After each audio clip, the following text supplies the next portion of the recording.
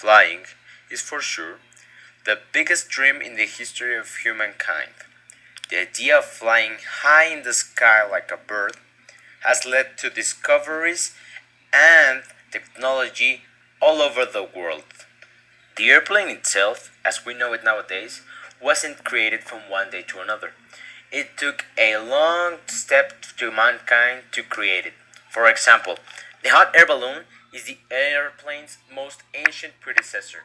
It was the first flying vehicle that could successfully finish a trip while being driven by a human individual. This first ride dates us back to November the 21 on 1783, with a hot air balloon created somewhere in December 1782 by the Montgolfier brothers. The first ideas of these flying machines will get us to talk about the Chinese culture, which could use the hot air balloons propelled for signaling and strategic point for the army. Basically, with the same physical principles the hot air balloon created by Joseph Roth and Jacques Etienne Montgolfier, they could develop a human-controlled vehicle which flew for 10 minutes.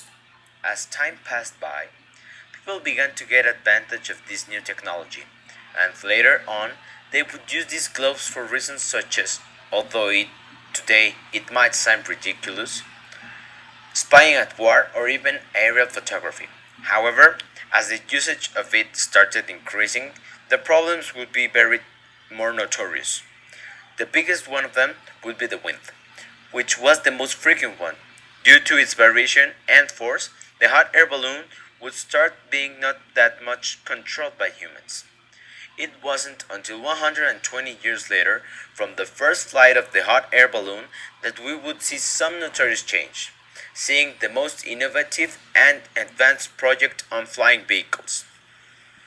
It was on this year that we would see two brothers, Wilbur and Albie Wright, succeed after they would develop a machine that later on December 17, 1903 could finish a sustained flight of about 120 feet from the ground. It took about 4 years to the Wright brothers, using all their previous knowledge and inventions, using principles of aerodynamics, a glider designed and an attached combustion engine that will get the airplane to sustain more during the flight. This model, which later on would improve rapidly until getting to their use at one of the most important events in the 20th century. This took many ways, such as trading and wars. People once again took advantage of the new inventions and quickly gave them some use, such as transporting goods from great distances in much less time. However, in a more martial subject, this invention would become the essential element in the future of the upcoming history, and also constituting an important part of some of the future historical moments of that age, giving basis to some of the most mortal weapons created by mankind. As we just said a few moments ago, on December 17, 1903, Wilbur and Albie Wright successfully flew the first controlled aircraft. Although they had tested their theories about air travel with kites and gliders, this was the first time they tested their creation to see if it worked. This first flight inspired others to build on the Wright brothers' experiments, and the airplanes we have today still use some of their techniques. The basic structure was this. The first airplane was made of wooden beams with canvas stretched over them. The plane had two horizontal wings that were parallel to each other. Behind the wings were two propellers that pushed the plane through the air. The plane also included two rudders, which the pilot could control by using a system of pulleys. The pilot crouched on the bottom wing in order to fly the plane. In later versions, the Wright brothers built a seat for the pilot. This experiment also reflected many years of experimentation, and one of the most innovative aspects of their airplane was the wing design. The Wright brothers conceived the idea of wing warping, in which the pilot can warp the wings so that one wing has more lift than the other. Wing warping enabled the pilot to steer the plane more effectively. The Wrights were the first to realize that a propeller was really just a wing rotating on an axis. This understanding enabled them to experiment with propellers until they discovered the best design. The Wrights also realized that they needed a specialized engine to power the propellers on their aircraft. They tried to buy an engine, but none of the producers would build one according to their specifications. In order for this to happen, they built one themselves, along with the help of Charles Taylor. It was a four-cylinder model with no carburetor, no fins, and barely enough horsepower to lift the plane off the ground. Nevertheless, and the Wright brothers went down in history as the first pilots to successfully fly a controlled aircraft. It is thanks to this successful experiment that the Wright brothers, who were born in North Carolina, are considered the fathers of flight. It is thanks to this wonderful achievement that nowadays human flight has become a tired fact of modern life. At any moment, roughly 5,000 airplanes crisscross the sky above the United States alone, amounting to an estimated 64 million commercial and private takeoffs every year. Consider the rest of the world's flight activity, and the grand total is incalculable. It is easy to take the physics of flight for granted, as well as the ways in which we exploit them to achieve flight. We often glimpse a plane in the sky with no greater understanding of the principles involved than a caveman. How do these heavy machines take to the air? To answer that question, we have to enter the world of fluid mechanics.